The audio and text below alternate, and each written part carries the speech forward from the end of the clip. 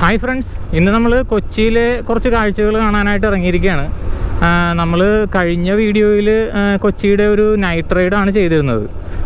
അതിൽ നമ്മൾ ജസ്റ്റ് വല്ലാർപാടം പള്ളി മറൈൻ ഡ്രൈവിൻ്റെ കുറച്ച് ഭാഗങ്ങൾ മാത്രമേ കാണിച്ചിരുന്നുള്ളൂ. അതും രാത്രി ആയതുകൊണ്ട് അത്ര വിശദമായിട്ടൊന്നും നമുക്ക് കാണിക്കാനായിട്ട് പറ്റിയിരുന്നില്ല. അപ്പോൾ അതുകൊണ്ട് തന്നെ ഞാൻ ഇന്നിപ്പോൾ കൊച്ചിയുടെ കുറച്ച് കാഴ്ചകൾ കാണിക്കാനായിട്ട് ഇറങ്ങിയിരിക്കുകയാണ്. നമ്മൾ കൊച്ചിയിലെ കുറച്ച് കാഴ്ചകളും കൂടി നമ്മൾ കാണിക്കണമല്ലോ. നമ്മൾ ഈ പല സ്ഥലങ്ങളിലും ട്രിപ്പ് പോയി പല സ്ഥലങ്ങൾ കാണിക്കുന്നുണ്ട്. അപ്പോഴും നമ്മൾ കൊച്ചിയിൽ കിടന്നിട്ട് ഇവിടെ കൊച്ചിയിലെ കാഴ്ചകളൊന്നും ഇതുവരെ കാണിച്ചില്ല എന്ന് പറഞ്ഞിട്ട് ചിലരൊക്കെ നമ്മളോട് പറഞ്ഞു തുടങ്ങിയിട്ടുണ്ട്. അപ്പോൾ എന്തായാലും അപ്പോൾ കൊച്ചിയിലെ കാഴ്ചകൾ കൂടി കുറച്ച് കാണിച്ചേക്കാമെന്ന് വിചാരിച്ച് ഇറങ്ങിയിരിക്കുകയാണ്. അപ്പോൾ ഇന്നിപ്പോൾ നമ്മൾ പോകുന്നത് ഗോശ്രീ പാലം വഴി വൈപ്പിനിലേക്കാണ്. അപ്പോൾ വെറുതെ നമ്മൾ ഗോശ്രീ പാലം വഴി വൈപ്പിനിലേക്ക് ഓടിച്ച് പോവുകയല്ല ചെയ്യുന്നത്. അവിടുത്തെ പ്രധാനപ്പെട്ട ചില കാര്യങ്ങളും അതുമായിട്ട് ബന്ധപ്പെട്ട കാര്യങ്ങളൊക്കെ പറഞ്ഞിട്ടാണ് നമ്മൾ നേരെ വൈപ്പിനിലേക്ക് പോകുന്നത്. അപ്പോൾ ഞാൻ ഇപ്പോൾ എത്തി നിൽക്കുന്നത് ഗോശ്രീ പാലത്തിൻ്റെ ഒരു എൻട്രൻസിലാണ്. എറണാകുളത്ത് നിന്ന് വരുമ്പോൾ ഹൈക്കോർട്ടിൽ നിന്നുള്ള വഴിയാണ് ഈ കാണുന്നത്. അവിടെ നിന്ന് നേരെ കാണുന്ന ആ ഒരു ചെറിയ ജംഗ്ഷനിൽ നിന്ന് ലെഫ്റ്റ് കയറിയാൽ നമ്മൾ ഗോശ്രീ പാലത്തിലേക്ക് എൻട്രി ചെയ്യും. 3 പാലങ്ങൾ ചേർന്ന ഒരു ശൃംഖലയാണ് ഗോശ്രീ പാലം എന്ന് പറയുന്നത്. ഇവിടെ നിന്ന് നമ്മൾ ഗോശ്രീ പാലത്തിലേക്ക് എൻട്രി ചെയ്യാണ്. വൈപ്പിൻ, വല്ലാർപാടം, ബോൾഗാട്ടി തുടങ്ങിയ ദ്വീപുകളൊക്കെ ആയിരുന്നു പണ്ടിത്, ഈ പാലം വരുന്നതിന് മുമ്പ്.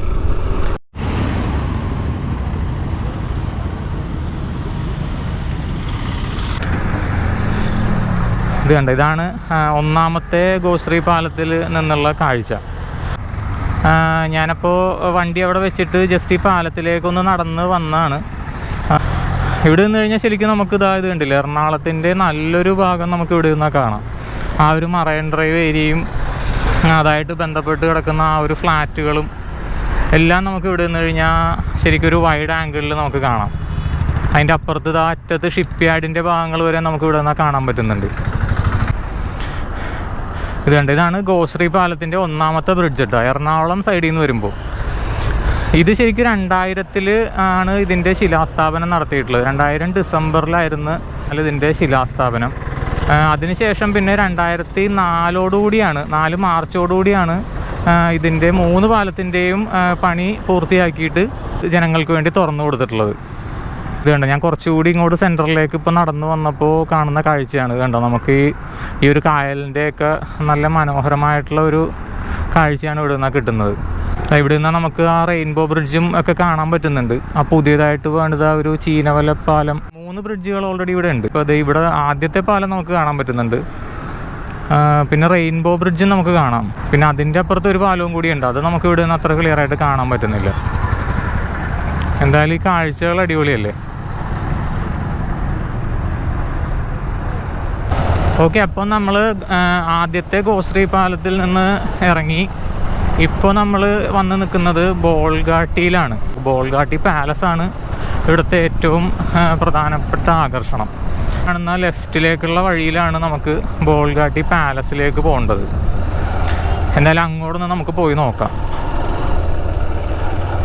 അപ്പോൾ ഈ പോകുന്ന വഴിക്ക് ഇവിടെ ഇപ്പോൾ പുതിയതായിട്ട് വന്നിട്ടുള്ള കുറേ ബിൽഡിങ്ങുകളാണ് ഈ കാണുന്നത്. ഇത് ലുലുവിൻ്റെ കൺവെൻഷണൽ സെൻ്ററാണ് ഇവിടെ ഈ ആദ്യം കാണുന്ന ബിൽഡിങ്, ഈ കാണുന്ന കോമ്പൗണ്ട്. അതുപോലെ തന്നെ ഇതിൻ്റെ അപ്പുറത്ത് ഗ്രാൻഡ് ഹയാത്തിൻ്റെ ഒരു ഹോട്ടലും വന്നിട്ടുണ്ട് പുതിയതായിട്ട്. ഇതൊക്കെ ഈ അടുത്ത കാലത്ത് വന്നിട്ടുള്ള കാര്യങ്ങളാണ് കേട്ടോ. ഇതേ ഗ്രാൻഡ് ഹയാത്തിൻ്റെ മെയിൻ എൻട്രൻസ് ആണ് ഈ കാണുന്നത്. കൊച്ചി ബോൾഗാട്ടി ഗ്രാൻഡ് ഹയാത്ത്. എന്താ, പനയൊക്കെ പിടിപ്പിച്ചൊരു ലക്ഷറി സ്റ്റൈലിൽ തന്നെയാണിത് പണിതിരിക്കുന്നത്. ഓക്കെ, ഇനി ഇവിടെ നിന്ന് നേരെ കാണുന്നതാണ് ബോൾഗാട്ടി പാലസിലേക്കുള്ള ഒരു വഴി. അങ്ങോട്ട് നമ്മളെ കടത്തി വിടുമെന്ന് അറിയില്ല. എന്തായാലും നമുക്ക് പോകാൻ പറ്റുന്നത്ര നമുക്ക് പോയി കണ്ടിട്ട് വരാം. ഇവിടെ സെക്യൂരിറ്റിക്കാരനൊക്കെ നിൽക്കുന്നുണ്ട്, നമ്മളെ നോക്കി തന്നെ നിൽക്കുന്നത്. എൻട്രി റെസ്ട്രിക്റ്റഡ് ഇവിടെ ബോർഡ് എഴുതി വെച്ചിട്ടുണ്ട്. അകത്തേക്ക് വിടില്ല ചേട്ടാ. ഓക്കെ, ഇവിടെ നിന്ന് നമുക്കപ്പോൾ എൻട്രി ഇല്ല. ഇപ്പോൾ നേരത്തെയൊക്കെ നമുക്കിവിടെ ബോൾഗാട്ടി പാലസിൻ്റെ അകത്തൊക്കെ വിസിറ്റേഴ്സിനെയൊക്കെ അനുവദിക്കുമായിരുന്നു.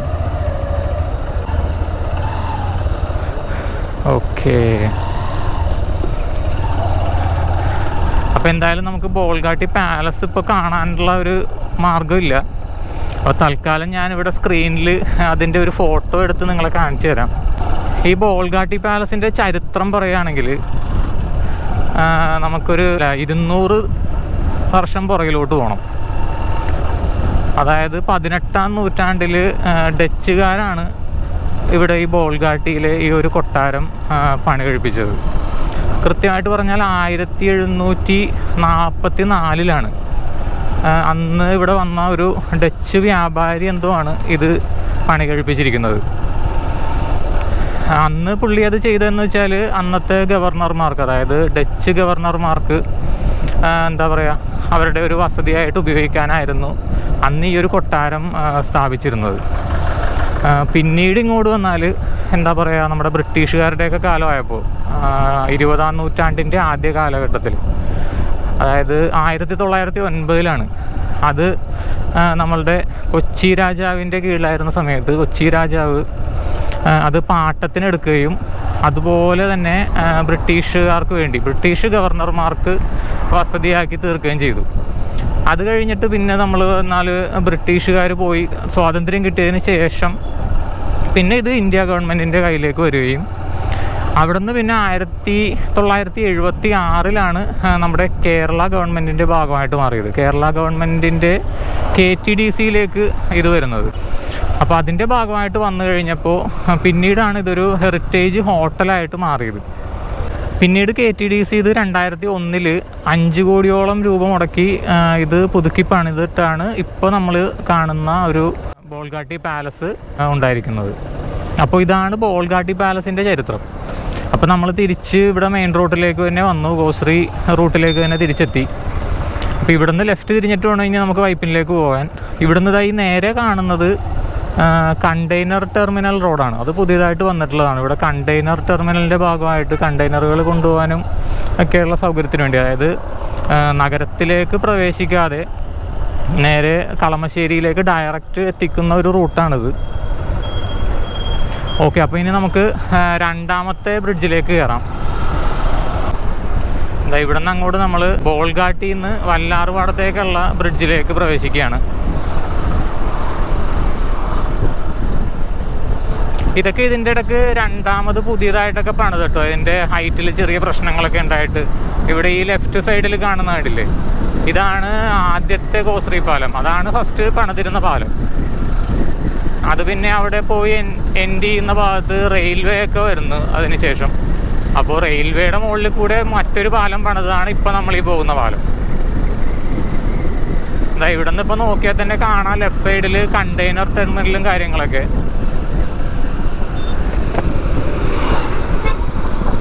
അപ്പോൾ ബോൾഗാട്ടിയിൽ നിന്ന് ഇങ്ങോട്ട് വന്നാൽ നമ്മുടെ അടുത്ത പ്രധാനപ്പെട്ട ഒരു കാഴ്ച എന്ന് പറയുന്നത് കണ്ടെയ്നർ ടെർമിനലാണ്. അപ്പോൾ വല്ലാർപാടത്തിൻ്റെ ഈ ഒരു ഇടതുവശം ഫുള്ളായിട്ടാണ് ഇവർ ഈ കണ്ടെയ്നർ ടെർമിനലിന് വേണ്ടി ഉപയോഗിച്ചിരിക്കുന്നത്. ഇതിൻ്റെ ഒരു കാര്യം പറയുകയാണെങ്കിൽ നമ്മുടെ അച്യുതാനന്ദൻ മുഖ്യമന്ത്രിയായിരുന്ന സമയത്താണ് ഇത് വന്നിട്ടുള്ളത്. 2011 ഫെബ്രുവരിയിൽ ആണ് ഇത് അന്നത്തെ നമ്മളുടെ പ്രധാനമന്ത്രിയായിരുന്ന മൻമോഹൻ സിംഗ് വന്ന് ഉദ്ഘാടനം ചെയ്തിട്ടുള്ളത്. ഇത് കണ്ട ഈ ലെഫ്റ്റ് സൈഡിൽ കാണുന്ന ഏരിയ മുഴുവനും കണ്ടെയ്നർ ടെർമിനലിൻ്റെ ഭാഗമാണ്. ഇവിടെ നിന്ന് നമ്മൾ കുറച്ച് മുമ്പോട്ട് പോയിട്ട് ഇവിടെ നിന്ന് ലെഫ്റ്റ് നമുക്ക് കയറാം. അതാണ് ശരിക്കും പറഞ്ഞാൽ പഴയ റോഡ്. ഇപ്പുറത്ത് ലെഫ്റ്റ് സൈഡിൽ കാണുന്നതായിരുന്നു ആദ്യത്തെ റോഡ്. ഇവിടെ നിന്ന് അങ്ങോട്ട് ഫുള്ള് കണ്ടെയ്നറുകളുടെ വണ്ടികളാണ് ഇങ്ങനെ കിടക്കുന്നത്, നിരന്ന് കിടക്കുന്നുണ്ടാവും. ആ കാണുന്ന ഒരു ബ്രിഡ്ജ് കണ്ട മുമ്പിൽ, അതും പുതിയതായിട്ട് പണിതാണ്.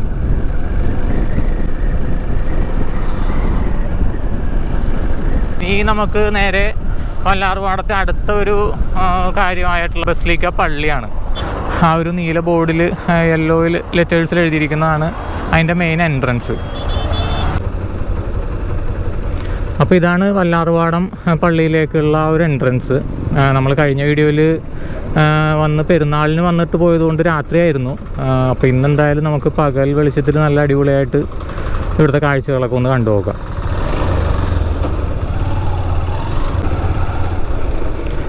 ഇന്നിപ്പോൾ ഞായറാഴ്ച ആയതുകൊണ്ടാണ് ഈ ഒരു തിരക്ക്. പെരുന്നാളും കഴിഞ്ഞതിൻ്റെ ആ ഒരു തിരക്ക് എന്തായാലും കാണും. എന്തായാലും അന്ന് വന്നത്രയും തിരക്ക് ഇന്നില്ല. നമ്മൾ സ്ഥിരം വണ്ടി വെക്കുന്ന സ്ഥലത്ത് പോയി നോക്കാം വണ്ടി വെക്കാൻ പറ്റുമെന്ന്. ഇവിടെ എല്ലായിടത്തും ബൈക്കുകളുണ്ട്.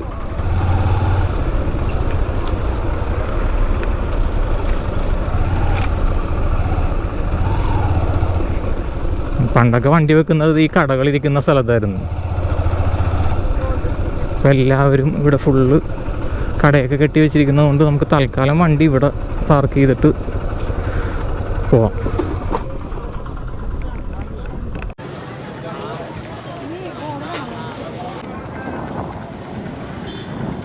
ഇവിടെ നിന്ന് നമ്മളപ്പോൾ വല്ലാർപാടം പള്ളിയിലേക്ക് കയറിയിട്ടുണ്ട്. ഇപ്പോൾ കണ്ടില്ല, ആ ഒരു കവാടം കടന്നിട്ടാണ് നമ്മൾ ഈ ഒരു ഗ്രൗണ്ടിലേക്ക് കയറി വരുന്നത്. കണ്ട, ഇത് വലിയൊരു ഗ്രൗണ്ടാണ്. ഇവിടെ ആ മുമ്പിൽ കാണുന്നതൊക്കെ ഒരു സ്റ്റേജാണ്. നമ്മളിപ്പോൾ നടന്ന ആ സ്റ്റേജിൻ്റെ തൊട്ട് മുമ്പിലെത്തിയിട്ടുണ്ട്. ഈ കാണുന്നതാണ് സ്റ്റേജ്. ഇവിടെ ആളുകളൊക്കെ കയറി പ്രാർത്ഥിക്കുന്നുണ്ട്. കാരണം അവിടെ ഒരു കുരിശ് രൂപം വെച്ചിട്ടുണ്ട് ആ കാണുന്നത്. ഇത് അത്യാവശ്യം നല്ല ഹൈറ്റ് ഉണ്ട് കേട്ടോ. എൻ്റെയൊക്കെ ഒരു ഷോൾഡറിൻ്റെ അത്രയും ഹൈറ്റിലാണ് ഇത് പണിത് വെച്ചിട്ടുള്ളത്. ഇത്രയും സ്റ്റെപ്പുകളുണ്ട് അങ്ങോട്ട് കയറി വരാനായിട്ട്. ഇതിൻ്റെ നേരെ ഓപ്പോസിറ്റാണ് പള്ളി നിൽക്കുന്നത്. എറണാകുളം ജില്ലയിലെ വല്ലാർപാടം പള്ളി കേരളത്തിലെ ക്രൈസ്തവ വിശ്വാസികളുടെ എല്ലാം പ്രിയപ്പെട്ട തീർത്ഥാടന കേന്ദ്രമാണ്. ഏകദേശം 1 കോടിയോളം വിശ്വാസികളാണ് എല്ലാ വർഷവും ഇവിടം സന്ദർശിക്കാറുള്ളത്. ഏറ്റവും വലിയ 9 മരിയൻ തീർത്ഥാടന കേന്ദ്രങ്ങളിൽ ഒന്നുകൂടിയാണ് നമ്മുടെ ഈ വല്ലാർപാടം പള്ളി. ഇവിടെ ബലിയർപ്പിച്ച് പ്രാർത്ഥിക്കുന്നവർക്ക് വല്ലാർപാടത്തമ്മയുടെ സംരക്ഷണവും പൂർണ്ണദണ്ഡ വിമോചനവും ലഭിക്കുമെന്നാണ് വിശ്വാസം. ഈ പള്ളിയുടെ ചരിത്രത്തെക്കുറിച്ച് പറയുകയാണെങ്കിൽ 1524 പോർച്ചുഗീസുകാരാണ് പരിശുദ്ധാത്മാവിൻ്റെ നാമത്തിൽ ഈ ദേവാലയം സ്ഥാപിച്ചത്. പരിശുദ്ധാത്മാവിൻ്റെ നാമത്തിൽ സ്ഥാപിതമാകുന്ന ഏഷ്യയിലെ ആദ്യ ദേവാലയം കൂടിയാണിത്. എന്നാൽ 1676 ഒരു വെള്ളപ്പൊക്കമുണ്ടാകുകയും അതേ തുടർന്ന് പള്ളി തകരുകയും അൾത്താരയ്ക്ക് മുകളിൽ സ്ഥാപിച്ചിരുന്ന വിമോചനനാഥയുടെ ചിത്രം ഒഴുകിപ്പോകുകയും ചെയ്തു. അന്ന് പലരും ഈ ചിത്രം വീണ്ടെടുക്കാൻ ശ്രമിച്ചെങ്കിലും ആർക്കും കഴിഞ്ഞില്ല. കൊച്ചി ദിവാനായിരുന്ന രാമൻ പാലയത്തച്ഛനാണ് ഈ ചിത്രം കായലിൽ നിന്ന് വീണ്ടെടുത്ത പള്ളി അധികാരികളെ ഏൽപ്പിച്ചത്. അതോടൊപ്പം പുതിയ പള്ളി പണിയുന്നതിനായുള്ള സ്ഥലവും ദിവാൻ ദാനമായി നൽകി. തുടർന്ന് വിമോചനനാഥയുടെ നാമത്തിൽ പുതിയ ദേവാലയം സ്ഥാപിക്കുകയും വീണ്ടെടുത്ത മാതാവിൻ്റെ ചിത്രം അതിൽ പ്രതിഷ്ഠിക്കുകയും ചെയ്തു. അങ്ങനെയാണ് ഇപ്പോഴത്തെ വല്ലാർപാടം പള്ളി നിർമ്മിതമായത്. ഈ പള്ളിയിലെ പ്രധാനപ്പെട്ട നേർച്ചകളാണ് അടിമ സമർപ്പണവും പള്ളിമുറ്റം അടിച്ചു വൃത്തിയാക്കലും. വല്ലാർപാടം പള്ളി സന്ദർശിക്കുന്ന എല്ലാവർക്കും അറിയാവുന്ന അത്ഭുതങ്ങളിൽ ഒന്നാണ് മീനാക്ഷിയമ്മയുടെയും കുഞ്ഞിൻ്റെയും. മീനാക്ഷിയമ്മയും കുഞ്ഞും വല്ലാർപാടത്ത് നിന്ന് മട്ടാഞ്ചേരിയിലേക്ക് കൊച്ചി കായലിലൂടെ വള്ളത്തിൽ യാത്ര ചെയ്യുകയായിരുന്നു. അപ്പോഴാണ് കൊടുങ്കാറ്റിൽപ്പെട്ട് വള്ളം മറിഞ്ഞത്. മീനാക്ഷിയമ്മ വല്ലാർപാടത്തമ്മയെ വിളിച്ചപേക്ഷിച്ചു. രക്ഷിക്കുകയാണെങ്കിൽ ജീവിതകാലം മുഴുവൻ വല്ലാർപാടത്തമ്മയുടെ അടിമകളായിരിക്കാമെന്ന് പ്രാർത്ഥിച്ചു. ഈ പ്രാർത്ഥന മാതാവ് കേട്ടു. 3 ദിവസത്തിന് ശേഷം വികാരിയച്ഛന് ദർശനം കിട്ടിയതനുസരിച്ച് കായലിൽ വലയെറിയുകയും മീനാക്ഷിയമ്മയും കുഞ്ഞിനെയും ജീവനോടെ കിട്ടുകയും ചെയ്തു. ജീവനോടെ തിരിച്ചെത്തിയ മീനാക്ഷിയമ്മ വാക്ക് പാലിച്ചു. ജീവിതകാലം മുഴുവൻ വല്ലാർപാടത്തമ്മയുടെ അടിമകളായി പള്ളിയും പരിസരവും അടിച്ചു വൃത്തിയാക്കി അവർ അവിടെ ജീവിച്ചു പോന്നു. ഇതിനെ അനുസ്മരിപ്പിക്കുന്നതാണ് ഇപ്പോൾ ഇവിടെ നിലനിന്ന് വരുന്ന നേർച്ചകൾ. 1951 ഭാരത സർക്കാർ വല്ലാർപാടം പള്ളിയെ തീർത്ഥാടന കേന്ദ്രമായി പ്രഖ്യാപിച്ചു. പിന്നീട് വർഷങ്ങൾക്ക് ശേഷം കേരള സർക്കാർ 2002 പള്ളിയെ ഒരു വിനോദസഞ്ചാര കേന്ദ്രമായി ഉയർത്തി. അതേ തുടർന്ന് 2004 സെപ്റ്റംബർ 12 ദേശീയ തീർത്ഥാടന കേന്ദ്രമായി പ്രഖ്യാപിച്ചു. തുടർന്ന് ആ വർഷം തന്നെ ഡിസംബർ 1 ജോൺ പോൾ രണ്ടാമൻ മാർപ്പാപ്പ പള്ളിയെ ബസിലിക്ക എന്ന പദവി നൽകുകയും ചെയ്തു. 2004 ഡിസംബർ 1 ജോൺ പോൾ രണ്ടാമൻ മാർപ്പാപ്പ പള്ളിയെ മൈനർ ബസിലിക്കയായി ഉയർത്തി. ഇതിൻ്റെ ഔദ്യോഗിക പ്രഖ്യാപനം 2005 ഫെബ്രുവരി 12 വരാപ്പുഴ അതിരൂപതാ മെത്രാൻ ഡോക്ടർ ഡാനിയേൽ അച്ചാരുപറമ്പിൽ പള്ളിയിൽ നിർവഹിച്ചു. ഇതൊക്കെയാണ് വല്ലാർപാടം പള്ളിയുടെ ചരിത്രം. അങ്ങനെ വല്ലാർപാടത്തെ കാഴ്ചകളും കണ്ട് നമ്മളിപ്പോൾ ഇറങ്ങുകയാണ്. ഇനി നേരെ വൈപ്പിൻ ഭാഗത്തേക്കാണ് പോകുന്നത്. ഇനി ഇവിടെ നിന്ന് വല്ലാർപാടത്തു നിന്ന് അവസാനത്തെ 3ാമത്തെ ഗോശ്രീ പാലം കടന്നിട്ട് വേണം നമുക്ക് വൈപ്പിനിലേക്ക് പോകാനായിട്ട്. അപ്പോൾ ഈ കാണുന്ന ഒരു ബ്രിഡ്ജുണ്ട്, അത് ശരിക്കും പറഞ്ഞാൽ ഈ ഐലൻഡിൻ്റെ ഉള്ളിൽ തന്നെയുള്ള ബ്രിഡ്ജാണ്. ഇവിടെ നിന്ന് നമുക്ക് യൂ ടേൺ എടുത്തിട്ട് വേണം ഈ ബ്രിഡ്ജ് കയറിയിട്ട് അപ്പുറത്തേക്ക് പോകാനായിട്ട്. താഴെ കൂടിയും പോവാം, പക്ഷേ അത് കണ്ടെയ്നർ പോകുന്നതിൻ്റെ ഭാഗമായിട്ടാണ് ആ ഒരു ബ്രിഡ്ജ് ഇവിടെ പണിതിരിക്കുന്നത്. അപ്പോൾ സാധാരണ വണ്ടികൾക്ക് കണ്ടെയ്നറിൻ്റെ തടസ്സമില്ലാതെ കടന്നു പോകാനായിട്ട്. അപ്പോൾ ഇവിടെ നിന്ന് നമുക്കിങ്ങനെ നോക്കിയിട്ട് ജസ്റ്റ് യൂ ടേൺ എടുത്ത് പോകാവുന്നതേ ഉള്ളൂ. ഇവിടെ മീഡിയനും കാര്യങ്ങളൊന്നും ഇല്ല, അതുകൊണ്ട് പ്രത്യേകം ശ്രദ്ധിക്കണം. വണ്ടികൾ നല്ല സ്പീഡിലായിരിക്കും വരുന്നത്.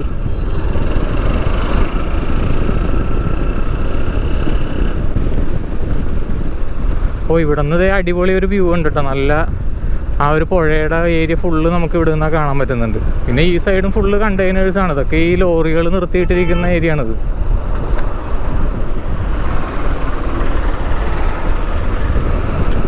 ഈ മുന്നിൽ കാണുന്നതാണ് 3ാമത്തെ ബ്രിഡ്ജ്. ഈ ഒരു ബ്രിഡ്ജ് കടന്ന് നമ്മൾ നേരെ ചെല്ലുന്നത് വൈപ്പിൻ ഭാഗത്തേക്കാണ്.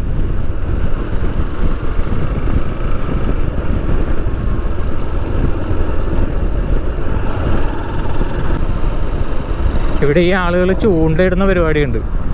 അത് ഈ ഒരു 3ാമത്തെ ബ്രിഡ്ജിലാണ് മിക്കവാറും കൂടുതൽ കാണുന്നത്. കാരണം ഈ ഏരിയയിലാണ് മെയിനായിട്ട് ഈ ഫിഷിംഗ് ബോട്ടുകളുടെയൊക്കെ ഒരു ഹാർബറും കാര്യങ്ങളൊക്കെ ഉള്ളത്. ഇവിടെ നിരന്ന് കിടക്കുന്നത് ഫിഷിംഗ് ബോട്ടുകളാണ് ലെഫ്റ്റ് സൈഡിൽ. ഇതുണ്ട്, ഇവിടെ മുഴുവനും മീൻ പിടിക്കുന്ന ആൾക്കാരെ കാണാം നമുക്ക്.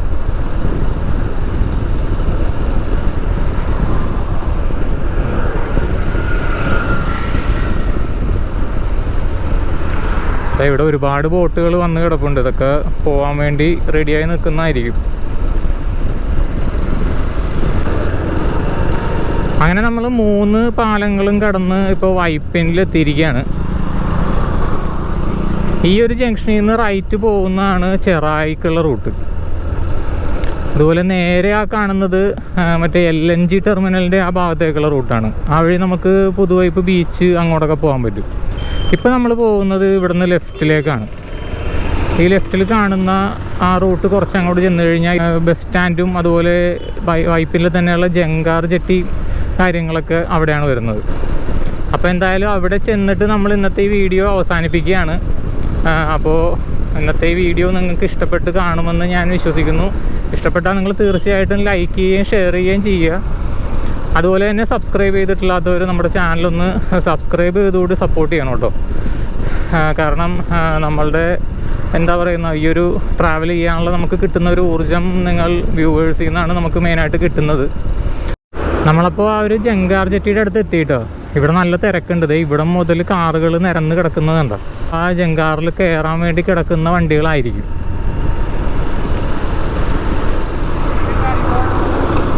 അത്യാവശ്യം നല്ല തിരക്കുള്ള സമയമാണെന്ന് എന്തായാലും മനസ്സിലായി. ഇപ്പോൾ ഫോർട്ട് കൊച്ചിയിലേക്കാണ് ഇവിടുന്ന് വൈപ്പിന്ന് ജങ്കാർ കടന്ന് അപ്പുറത്തേക്ക് പോകുന്നത് ഈ ആൾക്കാർ മുഴുവനും. അപ്പോൾ ഫോർട്ട് കൊച്ചിയിലും നല്ല തിരക്കുണ്ടാവും എന്തായാലും. ഇതാണ് ഇവിടുത്തെ സ്റ്റാൻഡും അതുപോലെ ബോട്ട് ജെട്ടി ജങ്കാർ ജെട്ടി എല്ലാം കൂടി ചേർന്നിട്ടുള്ള ഒരു സ്ഥലം. അത് കണ്ട ആ മുമ്പിൽ കാണുന്നതാണ് ജങ്കാർ ജെട്ടി. അപ്പോൾ അതിൻ്റെ ബാക്ക്ഗ്രൗണ്ടിൽ നമുക്ക് കണ്ടെയ്നർ ടെർമിനലിൻ്റെ ആ ഒരു ഏരിയയും കാണാം. അപ്പോൾ ഞാനിപ്പോൾ എന്തായാലും ഇന്നത്തെ വീഡിയോ ഇവിടെ അവസാനിപ്പിക്കുകയാണ്. അപ്പോൾ അടുത്ത വീഡിയോ നിങ്ങൾ തീർച്ചയായിട്ടും കാണുക. നമ്മൾ ഇവിടെ നിന്ന് വൈപ്പിന്നുള്ള കാഴ്ചകളായിരിക്കും ഇനി കാണിക്കാൻ പോകുന്നത്. അതോടൊപ്പം തുടർന്നുള്ള വീഡിയോകളിൽ നമ്മൾ ഫോർട്ട് കൊച്ചിയും മട്ടാഞ്ചേരിയും അടക്കം പല സ്ഥലങ്ങൾ നമ്മൾ ഇതിൽ കാണിക്കാൻ ഉദ്ദേശിക്കുന്നുണ്ട്. എറണാകുളം ഒരു സീരീസിലേക്ക് നമ്മൾ കുറച്ചധികം വീഡിയോകൾ ചെയ്യാനായിട്ടാണ് ഇപ്പോൾ ഉദ്ദേശിച്ചിരിക്കുന്നത്. ഇന്നത്തെ ഈ വീഡിയോ നമ്മളിവിടെ അവസാനിപ്പിക്കുകയാണ്. മറ്റൊരു വീഡിയോയിൽ കാണാം മറ്റൊരു ദിവസം. Okay, bye bye.